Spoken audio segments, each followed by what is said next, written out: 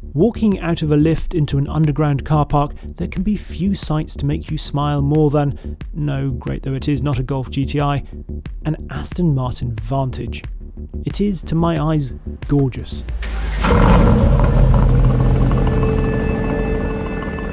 But get behind the wheel, and although it is good to drive, I've always worried that with its Mercedes-sourced engine, it somehow lacks an identity that is all its own.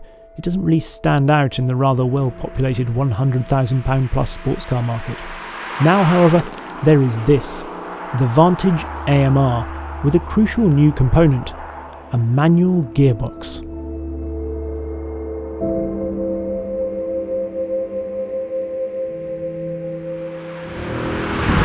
The figures for the AMR version are 503 brake horsepower, 461 pounds-foot of torque, 0 to 60 in 3.9 seconds, and a top speed now of 200 miles an hour. Now I can tell you what you're thinking. The standard car has 505 pounds-foot of torque, 44 pounds-foot more. So what is that? You see, the AMR weighs 1,499 kilos, which is 100 kilos less than a standard Vantage. 70 kilos of that is down to the gearbox. I mean, it's sort of 70 kilos, it's all sort of here and there slightly, because you obviously add a bit more actually for the gear lever and all that sort of thing. But overall, 70 kilos is saved by having the manual gearbox. However, if they had kept the torque at 505 pounds-foot, they would have needed a bigger clutch, they needed all sorts of things to strengthen it up. So that would have actually added 100 kilos to the whole weight of the system, which would have then left you with the 30 kilos heavier car, which then you'd have saved 30 kilos from the AMR bits, and you'd have been back where you started. So, given that this is not an engine that actually suffers from a lack of torque anyway, it seems better to cap it. All clear? Good. Now you might think that adding a manual gearbox in isn't actually that difficult really. I mean, how difficult can it be? But there's actually been quite a lot of thought gone into this. For a start, they knew from the outset that this car was going to have a manual gearbox, and that helps quite a lot. Things like, for example, the pedals. You need a big enough pedal box to fit the extra pedal in, and there is certainly plenty of room down there. They benchmark the market leaders, a company which you may be familiar with, I'm sure. They come from Stuttgart, you might have heard from them, begin with P, and effectively tried to make them as good as theirs, and they've done a very good job indeed. There have also been changes because of the drop in weight, so the EPAS system has changed a bit. They've also changed the stiffness of the rear springs, they've retuned the dampers slightly, which they would have done anyway potentially for an AMR, but these are all things they've had to think about because of the manual gearbox. Then you have the fact that you've now got a mechanical limited slip diff instead of the E-diff that was there before. We'll get onto the driving characteristics of that in a second, but because of the way that limited slip diff torques up, they've actually had to stiffen the rear anti-roll bar by 20% because the way that tends to drag the rear end down a bit compared to the E-diff. All these little things that you just perhaps wouldn't think about with putting a manual gearbox into a car. And of course, this engine from Mercedes hasn't had a manual gearbox on it before. Elsewhere in here, well, we've still got the three different driving modes. So we've got Sport, then Sport Plus, and then Track, which is the one where it sounds best because you get all the pops and crackles from the exhaust. The sound of this car, it feels to me like it's changed slightly. It's even less like the Mercedes applications of this engine. It seems lower, slightly not more muted perhaps, but just perhaps more refined, I think. Let's talk about the shift itself. The box is by Graziano, as is that limited slip diff, which is 38% locking under acceleration and 40% locking under coast. It's the 7-speed box with a dogleg first. It's not the best shift in the world in some respects. It's particularly first can feel just a bit gritty, but it's a shift that gets better with time, I think. And I think it's the fact that you're just not used to it. It's a bit like driving perhaps with, I don't know, centre throttle. It doesn't mean it's actually any worse, you're just not your mind isn't completely attuned to how you're meant to move your feet around the pedal box. Why is it that the shift of this 7-speed feels trickier than a 6-speed H pattern or 5-speed dogleg manual? Well, it's the 4 planes and where the gear lever naturally centralises that takes a little bit of getting used to. You need to get accustomed to the various levels of resistance left to right, particularly learning how much pressure is needed to move across the 2 left-hand planes. 3rd to 2nd in particular I found a little tricky sometimes. In terms of springing, that's the shift you'd normally have for 2nd to 1st in a regular H pattern. In a normal 5-speed dogleg box, 3rd to 2nd would be the central plane, and therefore not trying to pull you left or right, if you follow me. What I do have to mention though is this gear knob. It's terrible, isn't it?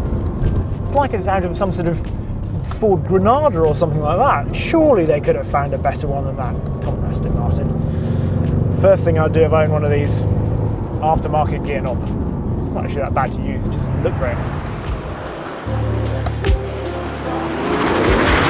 You do also have something new relating to the gearbox, and that is AM shift, which is this button just in front of it here. So if I turn it on, then effectively it's rev matching, but it also works on the way up the box. So if I want to, I don't actually have to lift off the throttle, just pull back, and it sorts it all out, which is rather clever. However, given that the pedals are so well placed, it's actually very easy just to do it all yourself, like that, heel and toe. It's a very satisfying car to heel and toe, I have to say. Now, you might be thinking, I like the sound of this AMR, I wonder how many they're going to build. Well, it's a good job you asked, because it's a slightly tricky issue. Essentially, 200. However, it's not quite that simple. You see, you might have heard of something called the 59 edition. The 59 edition is essentially exactly the same as the AMR, but with some extra carbon fibre Phillips and a nice commemorative paint job.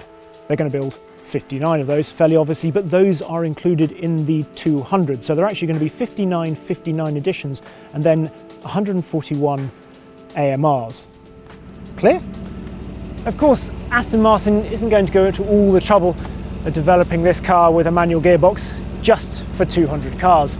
Rather, as we all knew, Porsche wasn't really developing a brand new 6-speed gearbox just for the 911R. So, from next year, you'll be able to order the standard Vantage with a manual gearbox option. Thank you very much for that. That's my German cousin, Heinrich. Very useful for occasions like this.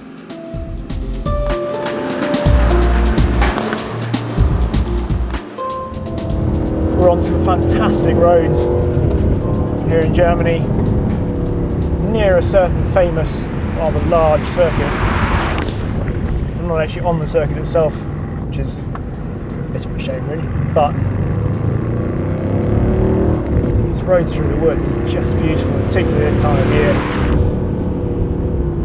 They're smoother than anything you're likely to find in the UK, or the average UKB road certainly.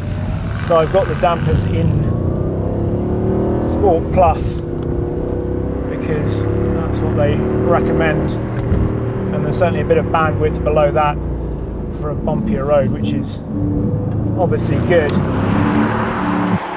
Although it improves with speed, the damping is fundamentally quite firm, and it will be interesting to see how it deals with UK roads that aren't quite as perfect as these. The mechanical limited slip diff in the AMR means the way the rear breaks away also doesn't feel quite as smooth and progressive as with the E-diff, but it is more stable once you're actually sliding, something that is almost unavoidable in the wet. To help make the car more controllable at and over the limit, the throttle map has also been kept very linear in sport and track modes. So what is an overall package is the Vantage AMR like to drive? I think it's pretty wonderful. It is not perfect, but it's really engaging and it makes you think, not just because of the manual gearbox, which yes can be a little bit tricky, so you have to think about that, but also it's a very reactive car. It feels like it has a short wheelbase. The steering for me is perhaps a touch quick, but it gets into corners fantastically. And it makes you think about the way you're driving.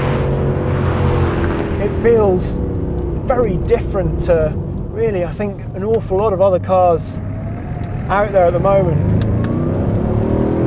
A lot of sports cars these days do feel very easy to drive. It's almost like, I don't know, taking a picture with an iPhone. You seem to get fantastic results almost no matter what you do.